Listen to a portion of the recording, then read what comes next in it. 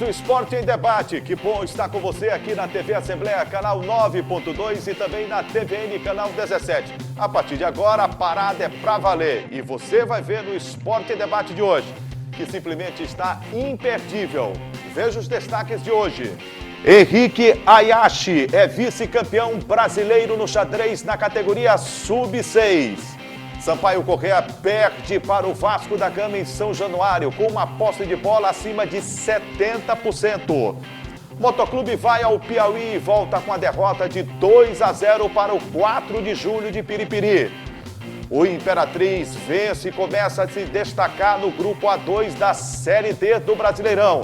E o Juventude, mais uma vez, tropeça em casa no Campeonato Brasileiro e o técnico Marcinho Guerreiro está ameaçado no comando técnico do Peixe por aqui.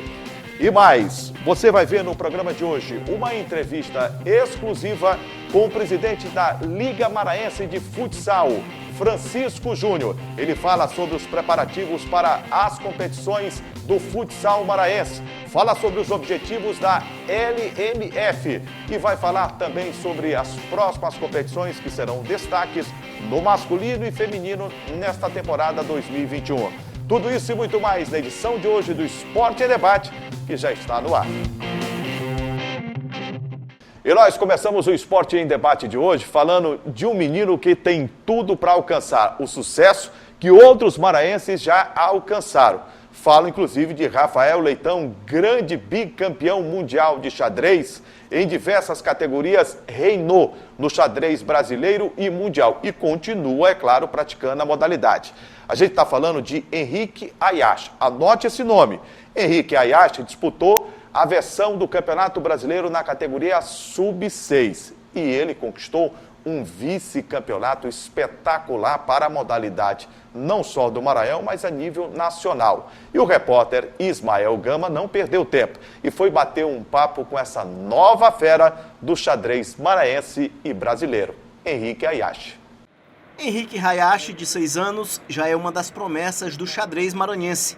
No Campeonato Brasileiro Dente de Leite Clássico, disputado em Florianópolis, Santa Catarina, dos 7 pontos possíveis, ele fez 5 e garantiu a 2ª colocação. Estudante do 1º ano do ensino fundamental, ele conta que o xadrez é um aliado no aprendizado escolar. Me ajuda a minha criatividade, minha imaginação, para poder aprender mais coisas na escola, nas minhas atividades, em tudo. Henrique tem uma rotina de treinos de pelo menos 2 dias por semana, sem prejudicar as outras atividades dele como criança e estudante. A paixão pelo tabuleiro começou cedo, quando tinha 1 ano de idade, como conta o pai orgulhoso com os resultados do filho. O Henrique, com 1 ano, começou as primeiras aulinhas para saber o nome da peça, saber como montar o tabuleiro. Com 2 aninhos ele já montava o tabuleiro, né? Ele já conseguia montar os 2 tabuleiros, 2 lados do tabuleiro. Com 3 aninhos ele já movimentava todas as peças, mas ainda de forma desordenada, jogava de forma desordenada, sem estratégia. Com 4 anos ele começou a fazer os primeiros planinhos dele, para capturar peça, né? Por volta de 4 anos e meio, por aí, ele ganhou a primeira partida assim mesmo, de adulto, né, minha. Aí que eu resolvi mesmo procurar um profissional. O menino prodígio é orgulho da Escola de Xadrez Leitão, comandado pelo mestre enxadrista nacional Nicolau Leitão, que identificou o mais novo talento do xadrez maranhense. Para mim é uma felicidade, porque tudo que o professor espera é um aluno que goste realmente da disciplina, no meu caso do xadrez. E o Henrique realmente ele é apaixonado por xadrez, se deixar ele joga o dia inteiro. E ele é muito disciplinado, ele tem só 6 anos, mas tudo que eu falo para ele estudar ele segue. E juntando as duas coisas, a paixão e a disciplina, ele tem uma capacidade de aprendizagem muito alta, especialmente se a gente levar em consideração a idade dele. Então tem sido uma felicidade trabalhar com ele. Ele já está classificado para o PAN, que vai acontecer em setembro, né? Ele ficou ano passado em 6º lugar no Brasileiro Sub-8, né? O Henrique tem só 6 anos, ano passado ele tinha 5 quando ele ficou em 6º no Brasileiro. Aí ele vai jogar o Brasileiro Sub-8 de novo, ainda vai jogar o escolar, ou seja, tem 3 competições ainda esse semestre ainda para acontecer. Eu gosto de me divertir jogando xadrez. Eu faço amigos, faço muitos amigos.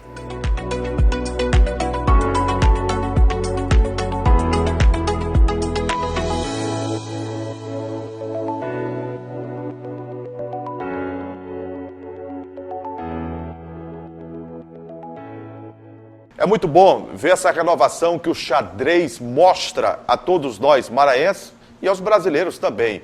O Henrique Hayashi é dessa nova geração de grandes talentos do xadrez maranhense e brasileiro. Vou receber aqui o Gregório Dantas, meu amigo, parceiro. Tudo bem, Greg? Beleza, Jurinho? Tudo tranquilo? Tamo junto, meu amigo. É bom ver o Henrique, né, já trilhando pelo caminho do sucesso. E como tem produzido atletas de alto nível no xadrez, os maranhenses, né?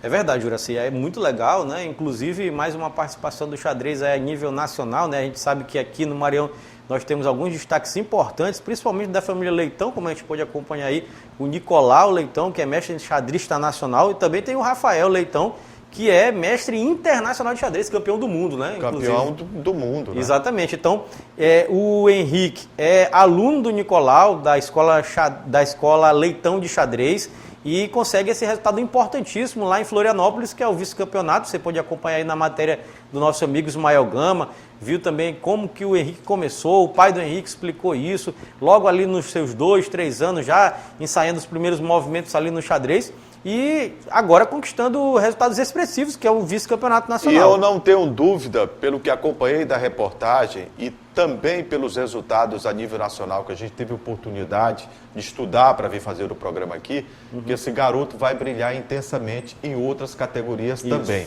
Acho que ele está numa fase de desenvolvimento, é muito novo ainda, mas tem muito a mostrar. Até pela 6 anos de idade a gente falar de maturidade é uma coisa absurda, né? Não dá. Mas ele mostra, tá entendendo, uma consciência em relação ao esporte espantosa, Greg. É espantosa, é verdade. Inclusive nesse ano agora de 2021 ainda teremos mais algumas competições para o Henrique disputar. Uma delas é o Campeonato Brasileiro Sub-8, que ele vai disputar também no sudeste do país. Também tem o Pan-Americano, né, que são 2 competições com categorias de uma idade até mais avançada que a idade do Henrique, mas ele tem chance sim de medalha. O que o Jurinha está falando aqui com relação à consciência, né, do Henrique, é um menino de apenas 6 anos, a gente não pode cobrar isso, mas já percebeu que ele, inclusive o Nicolau ressalta isso também na reportagem, diz que ele atende todas as expectativas e todas as determinações. O Nicolau fala, você tem que ler tal livro, você tem que começar a estudar e treinar tais jogadas, e ele cumpre. Então o Nicolau diz que ele tem muito potencial por isso. E sabe o que facilita isso? O amor pelo esporte. Isso. Quer dizer, você introduz a educação nele, a cultura pela leitura, que o brasileiro não tem. Não tem, infelizmente. Através do esporte. Exatamente. O esporte faz tudo isso. Faz tudo isso. Das pessoas. Exatamente. Depois do intervalo, você vai saber como está a Liga Maranhense de Futsal, uma nova entidade que surge para desenvolver ainda mais o salonismo maranhense. Segura aí que daqui a pouco a gente volta.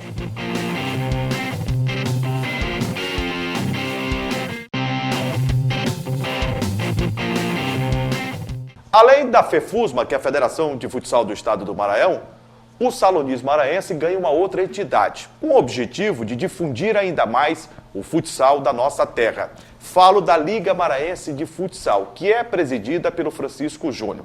Francisco Júnior foi árbitro de futsal e que tem, nesse contexto de luta pelo desenvolvimento do esporte, uma das grandes personagens também da história do futebol de salão do Estado do Maranhão, Jane Eide, que foi inclusive presidente da primeira entidade que congregava o futsal no Estado do Maranhão. E eles dois estão fazendo uma parceria importante com novas competições e filiados inclusive à Liga Nacional, né, de Futsal. A reportagem do Esporte em Debate, através de Milena Dutra, conversou com Francisco Júnior e foi saber de perto seus planos, as metas, os objetivos e também o calendário da LMF, a Liga Maranhense de Futsal, neste ano de 2021. Olá, Juraci Filho e Gregório. Eu converso agora com Francisco Júnior, que é o presidente da Liga Maranhense de Futsal, que foi a entidade representativa para o esporte criada em agosto do ano passado para incentivar o futsal aqui no Maranhão. Então, Francisco, foi criada essa entidade representativa, uma nova entidade que está buscando mais incentivos ao futsal aqui no estado? Sim, o objetivo da Liga é fortalecer e massificar a modalidade esportiva do futsal no estado do Maranhão. Certo? Nós somos 22 ligas no Brasil, somos afiliados da ABLF, que é a Associação Brasileira de Ligas de Futsal. Tá? A LMF, no caso, que é a Liga Maranhense, nós já temos clubes aqui na capital e temos também do interior.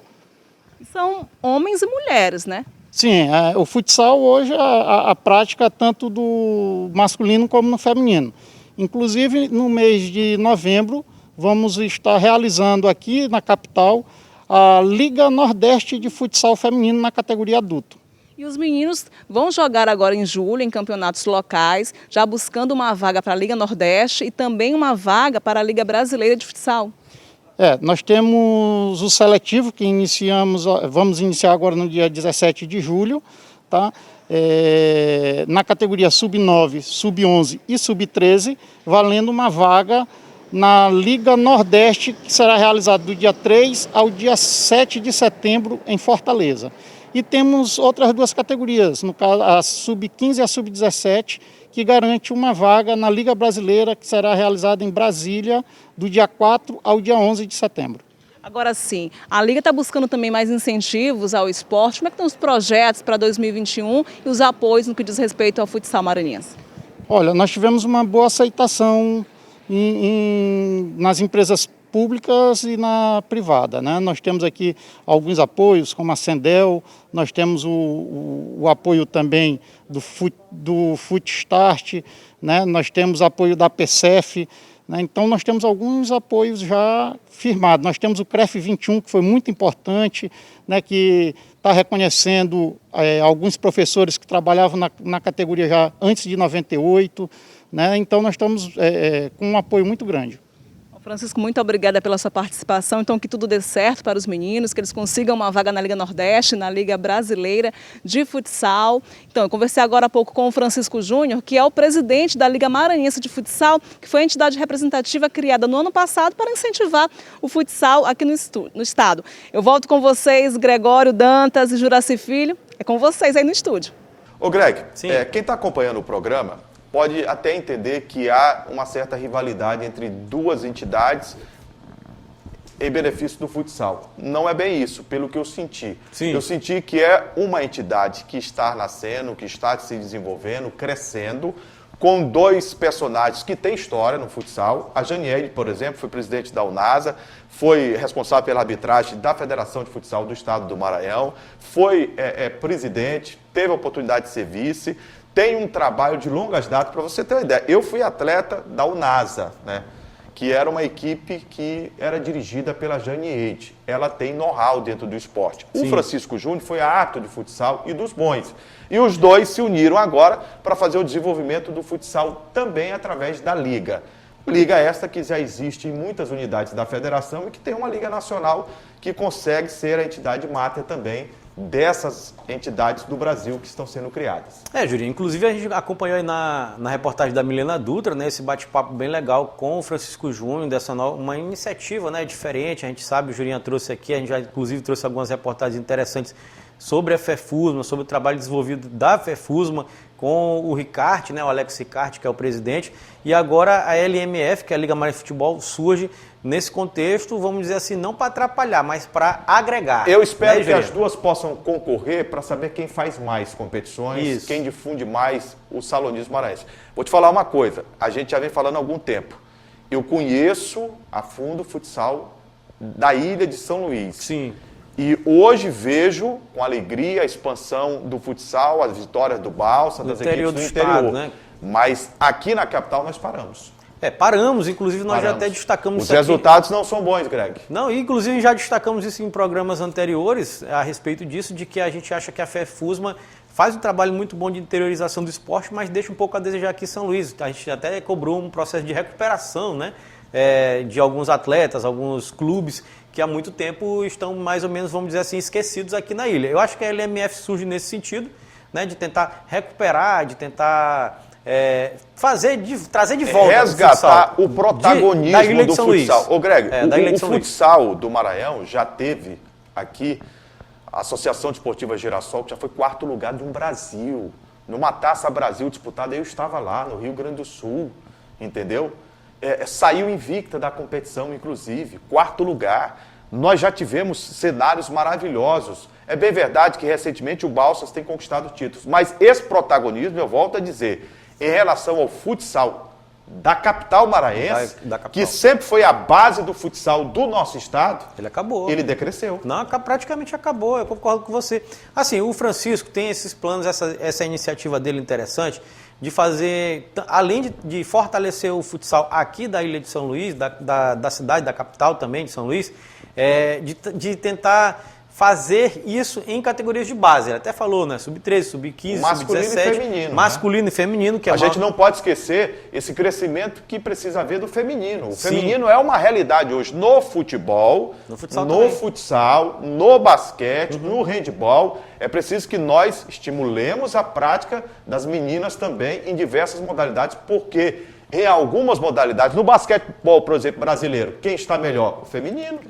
O feminino está muito melhor, né? Inclusive, aqui no Maranhão é um parâmetro disso. A gente tem o Sampaio Basquete aí feminino, sucesso, né, nacional, enquanto o masculino está paralisado completamente, né? Tenta esboçar alguma coisa, mas não chega nem perto do sucesso que o feminino tem. Então, assim, a Liga de Futsal, a LMF, a Liga Maranhense de Futsal, ela surge para mim nesse contexto de tentar resgatar o esporte, o futsal aqui na Ilha de São Luís e também de inserir tanto o feminino quanto as categorias de base.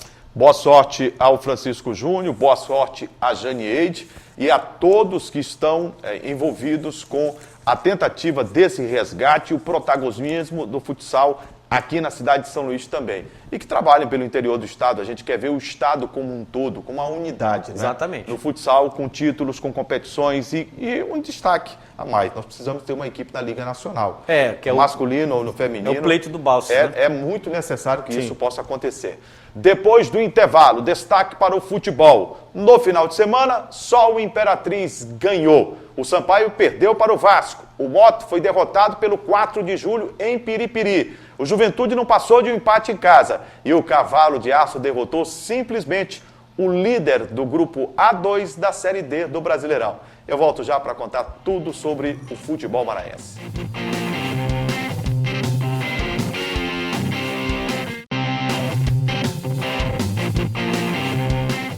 Campeonato Brasileiro em destaque no Esporte em Debate e a gente começa falando da Série B do Campeonato Brasileiro. No jogo em que o Sampaio teve até 75% de posse de bola, jogando contra o gigante Vasco da Gama em São Januário, foi o gigante da Colina Histórica que saiu com resultado positivo. A 1 minuto de jogo, a defesa do Sampaio cochilou e no futebol, quem cochila, o cachimbo cai. Cano apareceu em facão, em diagonal na grande área para vencer o goleiro Mota, fazendo 1-0. E esse foi o placar do jogo. O que se viu foi o Sampaio com a posse de bola, sem nenhuma criatividade, sem objetividade, sem verticalidade e sem finalização também. O Sampaio finalizou apenas, Greg, 2 vezes.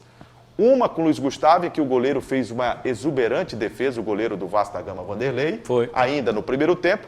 E a outra no segundo tempo, numa grande jogada também do Luiz Gustavo. Para mim foi o destaque do time boliviano. Pela direita. Em que ele buscou uma tabela com Pimentinha, ele passou para a ponta direita. Deu um drible bonito no marcador e rolou. O Jajá bateu fraco. E o Jajá bateu, parece que era alguém da família dele que estava no gol. Ele bateu muito fraco. Foi um chute parecendo aqueles Ele tentou uma bomba e saiu um traque. Traquezinho de São João. É né? verdade. É verdade.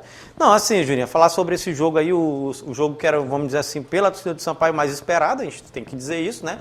A torcida do Vasco é a maior torcida aqui do Maranhão dentro da Série B desses times que estão disputando a Série B. Maior do que a do Flamengo? Série B, da sim, Série né? B. Sim. Que estão disputando a Série B, então seria... Eu não sou flamenguista não, mas de repente eu fiquei olhando assim, nem vascaíno. Não, dentro da Série B. A Série B, com certeza. É a maior torcida desses times que estão dentro da Série B. Então era um jogo muito esperado. O Sampaio entra em campo com o Vasco com uma esperança, inclusive, né? A gente tinha a esperança de conseguir um bom resultado lá. Infelizmente... tinha tudo para conseguir um bom resultado. Infelizmente não aconteceu. Assim, tem algumas maneiras de ver esse jogo, essa partida de algumas formas. Por exemplo, o Sampaio, como o Jurinha falou, realmente teve mais posse de bola, controlou o jogo, mas não criou absolutamente nada. Como o Jurinha falou, teve aquele lance do Luiz Gustavo, um belíssimo chute do Luiz Gustavo, uma defesa espetacular do Vanderlei, e essa jogada do Luiz Gustavo e acabou. Ô Greg, eu posso enumerar aqui com absoluta, não tem TP pela mente. Certo. Foram 4 oportunidades claras para o Vasco da Gama no jogo, eu vou falar uma por uma. Bora lá. A primeira, que a defesa do Sampaio fez uma linha burra. A do gol, na né? acepção da palavra. Sim. O Joés ficou e deu condição, o Cano penetrou em facão na diagonal Bateu, e fez sem chance 1 pro a 0. Mota. A segunda, o Cano de fora da praça e de braço esquerdo, ele fez uma defesa Mão que trocada. deve ser moderada. Tá entendendo? De Para botar quadro. no quadro. De quadro. A defesa que o Mota fez. Foi. O terceiro lance, o zagueiro cabeceou Zé e Mário. o Zé Mário salvou em cima da Em linha. cima da linha. Foram 3 lances no primeiro tempo do Vasco da Gama. Isso. E um do Sampaio no chute belíssimo do Luiz Gustavo, único do primeiro tempo, Isso. em que o goleiro Vanderlei fez uma potentosa defesa. Exatamente. No segundo tempo, o Sampaio teve uma bela jogada do Luiz Gustavo. Isso, Tá pela entendendo? direita. Aquela que a gente narrou Já ainda há falou, pouco. é. E o Vasco teve a chance de matar e sair com 2 a 0, que foi o Riquelme, que entrou na etapa complementar, driblou 2 jogadores na entrada da grande área, a meta, a feição, ele bateu no ângulo direito para fora. Poderia ter marcado o segundo gol. Foi. Resumo da ópera. O Sampaio teve 75% de posse de bola. O que isso quer dizer? Quer dizer grande coisa. Quer? Nada. Porque foi o Vasco que ganhou. Isso. Eu quero antes dizer para você aqui, eu vou usar um argumento do Renato Gaúcho, falastrão, bonachão, que assumiu agora o clube de regatas do Flamengo. O que foi que ele disse? O Renato teve um certo jogo do Grêmio, ele era técnico do Grêmio, em que o Grêmio não jogou absolutamente nada, foi dominado e ao final saiu, no finalzinho do jogo, com 1 a 0 no placar.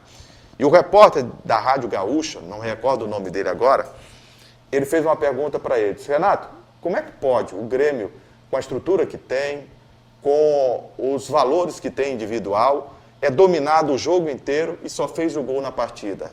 Ele disse, você me dá a oportunidade de te dar uma resposta bem pensada. Eu vou te responder de forma bem interessante. Imagina só, o que é você sair com uma guria, né, e de repente você paquera ela o dia inteiro. Você chaveca, você conversa. Guria no Rio Grande do Sul é mulher, menina. E de repente, na hora, tá entendendo? De você levar para um restaurante para jantar ou para um baile para dançar, vem outro alguém e a leva. Você perdeu, mané. O Renato Gaúcho disse isso. Foi, eu sei. Disse. Tem alguma relação com o jogo? Rapaz, Jurinha, tem relação com o jogo. O Sampaio teve mais posse de bola, criou menos, perdeu o jogo por 1 a 0. O Vasco mereceu a vitória, na minha opinião. O Vasco, para mim, foi mais decisivo. Tem um jogador que é diferenciado, que é um jogador que a gente até estava comentando nos bastidores, que é um jogador de Série A, né? E que deveria estar no time de Série A. É até um milagre o Vasco conseguir continuar com o Cano lá jogando, né? Eu até disse isso nos bastidores também, que se não fosse o Cano, o Vasco era para ter sido lanterna da Série A do Campeonato Brasileiro ano passado. O Cano fez o Vasco não ser lanterna. Para você ter uma ideia, ele já jogou com a camisa do Vasco, não é um jogador que se esconde, não. Não, ele já jogou 23 partidas com a camisa do Vasco da Gama. E o narrador e o comentarista da televisão estavam chorando para tirar o Cano. Tem que tirar o Cano do jogo, ele já jogou 23 partidas, tá demais. Mas assim, jogador importante, decisivo, tem que continuar no jogo. Eu também acho. A gente sabe disso, não pode sair. Aquele jogador que tem aquela capacidade de em um lance acabar com o jogo, definir um resultado, para mim ele tem que jogar o tempo inteiro. E quase ele faz 2 a 0 no Sampaio. Quase ele faz 2 a 0 no Sampaio. Só não fez porque o Mota fez uma defesa espetacular, né? Espetacular. Então o Vasco tem esse jogador, o Cano. O Cano jogou muito bem a partida. O Jurinha falou assim, ele não se esconde no jogo. Ele não se esconde de não jogar e, aliás, ele chama a responsabilidade dentro do jogo. Ele dá a opção de receber e se torna uma opção de passe para o armador, o lateral, tocar para ele finalizar. Então, o Sampaio perdeu o jogo por 1 a 0. É claro que a gente tem a maneira apocalíptica de ver assim, o Sampaio perdeu por 1 a 0. Dominou o jogo. Dominou o jogo e tal, mas perdeu por 1 a 0, mas também tem o outro lado. A gente tem que ver também que também não é terra arrasada. E assim... não é terra arrasada. Não é terra arrasada. É normal perder para o Vasco. E agora, de 1 a 0 em São Januário. Agora eu vou te dizer uma coisa. Eu completo esse ano 30 anos de militância no esporte. Sim. Eu nunca vi um clube maranhense fazer com o Vasco o que o Sampaio fez nesse jogo. De quê? Eu nunca vi essa posse de bola do domínio. Que o Sampaio teve. Não, eu não posso chamar de domínio. A posse de bola marcada, a televisão mostrou no scout, que chegou a 75%, é uma posse de bola que o Flamengo tem na Série A, que o Barcelona, com aquele tic-tac tinha. Os times do Fernando Diniz, Tá, né? tá Que ficam entendendo? tocando a bola. Os times do Fernando Diniz, Todos. Greg, É. a forma com que o Vasco joga é a cara do treinador Marcelo Cabo. Sim. Ele apequena o Vasco. É. O Vasco jogou da intermediária defensiva para dentro da grande área. O Sampaio jogou com 11 jogadores praticamente, até o Mota, quase que ele ultrapassa a linha que divide o gramado. Exato. Com pelo menos 10 jogadores, o Sampaio jogou no campo do adversário. Tem- Isso é incomum. É. O Vasco é um time grande, Mas tem- não merece Não. tá entendendo? Jogar desta forma. Foi cirúrgico como o Sampaio foi contra o Botafogo. Sim, sim. Quem viu o jogo contra o Botafogo viu que o Sampaio não jogou tão bem e que o Botafogo teve a oportunidade de decidir o jogo. O goleiro Mota, inclusive, pegou uma bola dentro do gol. Foi, dentro do gol. Um gol pessimamente mal anulado. Só que contra o Vasco da Gama, o Sampaio impôs ao Vasco Foi. que o Vasco jogasse de forma reativa. Isso. Você ter um time com a grandeza do Vasco da Gama, que me perdoe o torcedor do Vasco, mas jogar de forma tão pequena como jogou contra o Sampaio, porque se o Vasco vai para o jogo contra o Sampaio tinha, na minha cabeça teria virado aquele jogo. Ó, assim, é aí que eu ia dizer. Tem uma explicação de por que o Vasco jogou assim, por que o Marcelo Cabo faz o Vasco jogar assim. Porque o time é fraco. É verdade. O Vasco Concordo é fraco. com você, em gênero fraco, no grau. fraco mesmo. É fraco o Vasco, É. mais fraco o Botafogo e é fraco o Cruzeiro. Mas aí tem verdade. Mas assim, pô, o Vasco é fraco e ganhou do Sampaio? Claro, pô, é um jogo, é futebol. Um ganha, outro perde. Algumas vezes acaba empatado. Futebol é irracional. Não tem lógica. Futebol não tem assim, justiça. mas o Vasco é fraco. Mas por que eu tô dizendo que o Mas Vasco eu não é fraco? concordo também com o que estão dizendo. Foi injusto o resultado. Não. Não, No não. futebol não tem justiça. Futebol como não ele tem falou justiça, assim. correto. Ó, o Vasco é fraco. O Vasco tem algumas qualidades individuais de jogadores decisivos. O primeiro é o Cano, acabamos de falar aqui. É o melhor jogador do Vasco. Pois é, então. E aí tem o Vanderlei, que é um excelente E goleiro. o Leandro Castan rebateu tudo. Exato. O Sampaio com os dois laterais, com os meias. De novo, o Daniel Costa não jogou nada. Nada. Nada. Nada. O Sampaio alçou a bola na área, pro Sim. Jefinho e depois para o Ciel. Sim. E o Leandro Castan se consagrou. Sim, pois Jogador é. experiente, se coloca bem. Exato, bom conhecido na zagueiro. posição. Bom zagueiro de nível internacional, inclusive. Isso. Assim, então o que ele faz? O Marcelo Cabo, ele posta o time de uma maneira de que, sabendo que o time é fraco e fraco, inclusive taticamente fraco. Isso. E aí, então, o que ele tem que fazer? Só tem uma jogada. Apostar no Cano. Bola no Germancano. Exato. E aí, o que ele fez com o time do Sampaio? Sabendo que o time do Sampaio é bem treinado e mostrou isso em campo, tanto que teve essa posse de bola absurda, né? É bem treinado, defensivamente é um bom time o Você Sampaio. viu o que ele disse na coletiva? Quem? O técnico do O Vasco. que ele disse, Jurinho? Perguntaram para ele como é que ele se sentia sendo dominado por um time adversário, um time que há muitos anos não estava na primeira divisão, que está há algum tempo na Série B.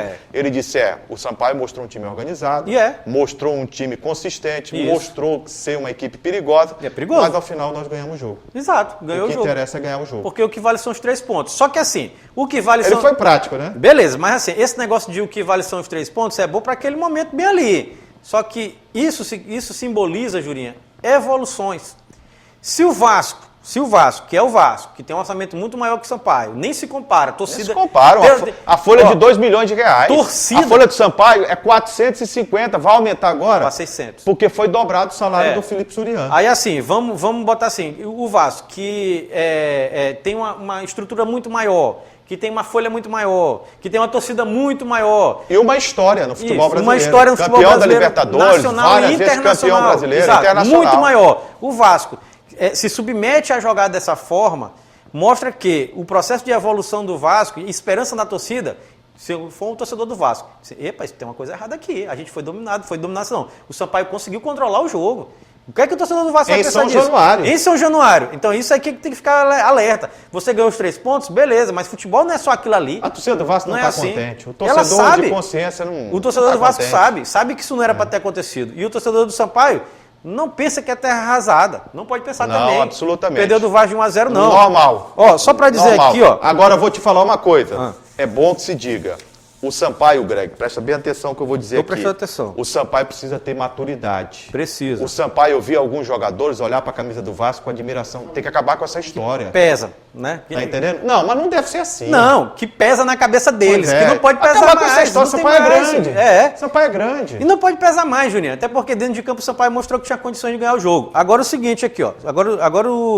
Agora o seguinte aqui. Com esse resultado, a gente pensa assim, olha, terra arrasada, como eu falei, não, o Sampaio continua na terceira colocação. O Goiás. Porque o Náutico ganhou o Goiás, que por sinal o Náutico é disparada a melhor equipe da Série B, né? A gente até já cravei. E vou dizer para você, vai estar na Série A. E não é essas coisas. Mas essa equipe... É uma equipe organizada, mas é um conjunto. Não Sim. tem nenhum grande destaque e tal. Não. É um conjunto. É bem treinado. Mas nada de dizer o seguinte, quando o Sampaio jogar contra o Náutico é favorito total. Nada disso. Não, e principalmente aqui em São Luís. Nada disso. Aqui eu não tenho nem dúvida disso, Nada não. disso. Olha, é o seguinte, o Náutico continua na primeira colocação agora com 24 pontos, tem 7 vitórias e 3 empates, único time invicto da Série B. Olha aí.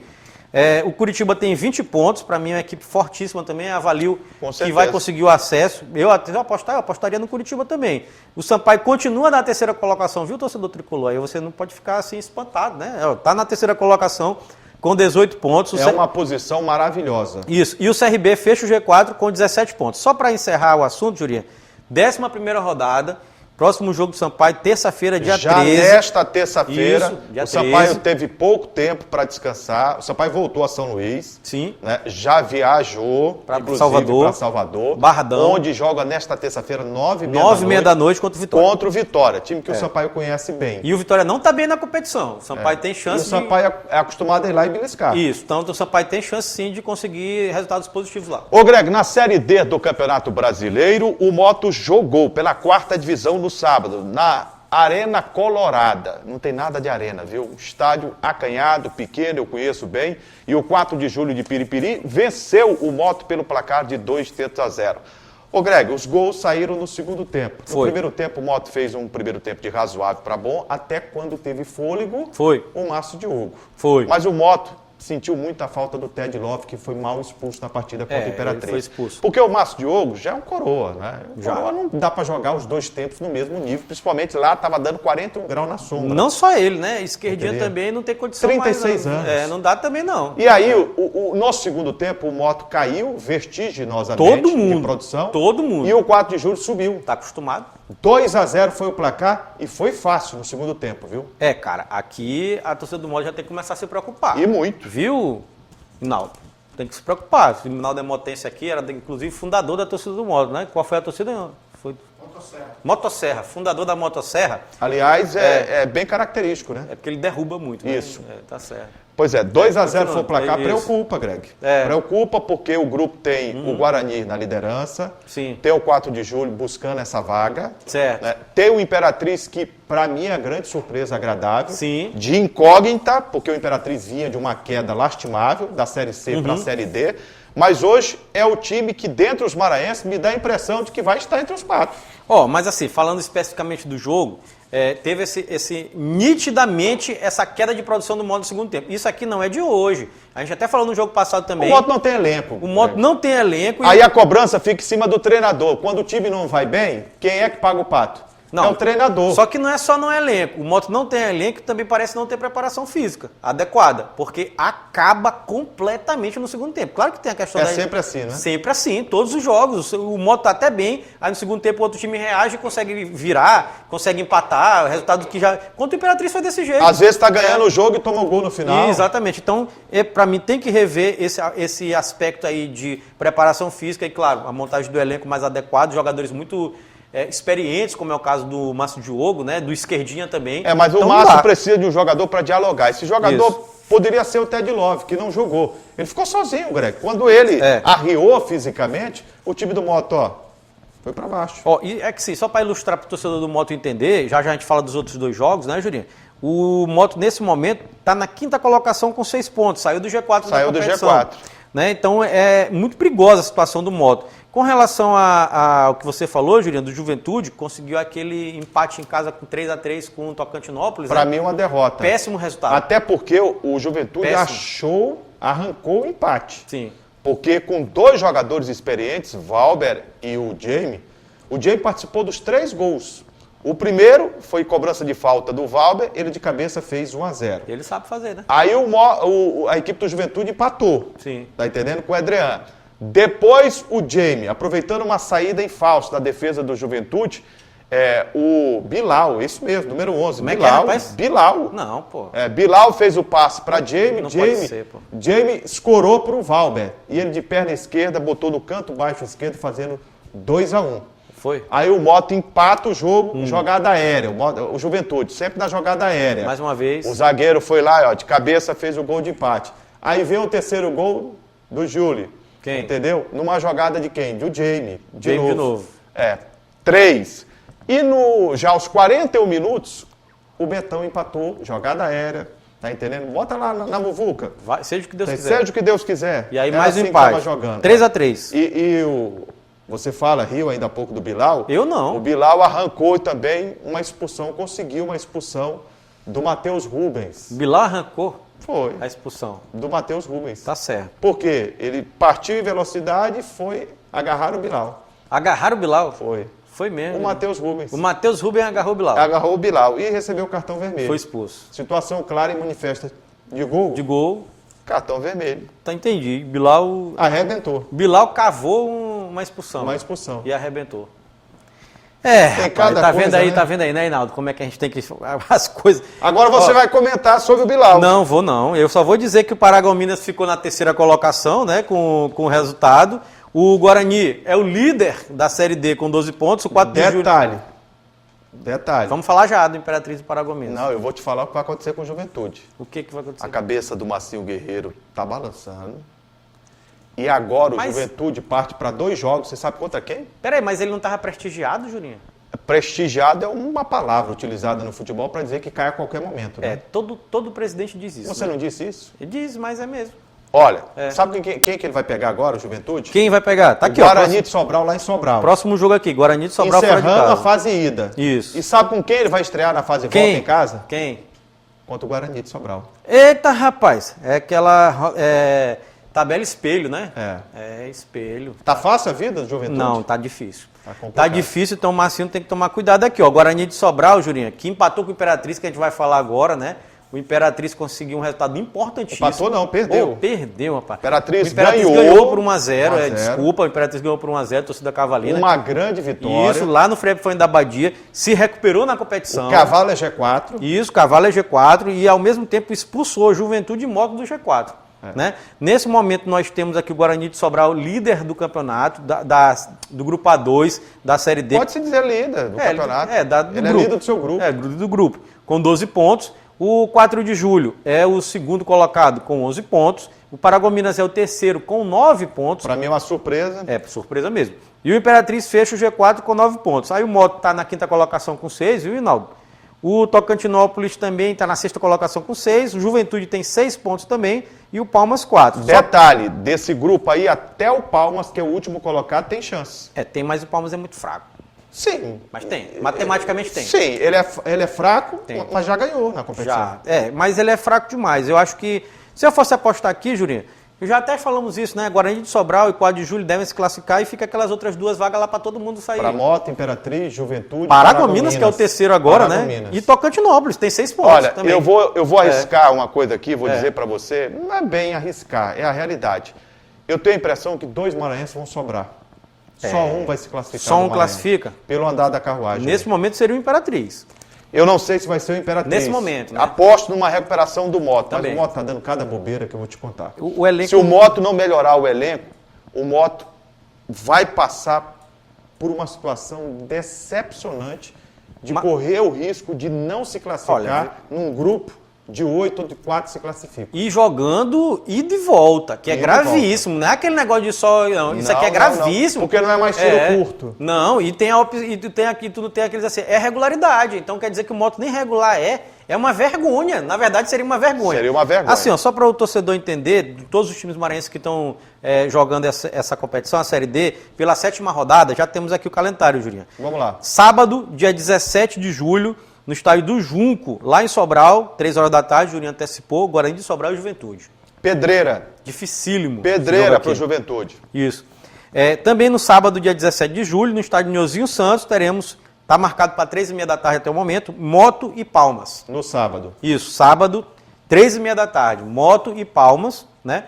E no estádio Ribeirão, lá em Tocantins, também no sábado, dia 17, às 4 horas da tarde, Tocantinópolis e Imperatriz. Ou seja, toda a rodada da Série D no sábado. Sábado de tarde, toda. Tá certo. Greg, os canais de interação para que o público possa participar. Antes, lembrando a você que toda segunda temos um encontro marcado aqui às 8 horas da noite. E toda sexta-feira tem o Maranhão Olímpico, né? É, rapaz, Maranhão 8 da noite, 8 da nós noite. teremos uma nova estrela do esporte Isso, maranhense. maranhense. Vamos contar a história de um maranhense que vai Classificado. estar nas Olimpíadas de Tóquio 2020. Isso. Que começam a partir de 23. 21 mas começa a abertura é 23. com jogos do futebol. E a Isso. abertura oficial a partir do dia 23 de julho. agora de Tá 2021. chegando a hora. Tá quase lá a Olimpíada, Maranhão Olímpico, não perca. Os canais de interação para que o público possa participar, Greg. Pois é, o telespectador pode acompanhar nosso programa através dos nossos canais de interação. Primeiro é o nosso site, que é o al.ma.leg.br/TV. Tem também o telefone da nossa redação, que é o 3269-3028.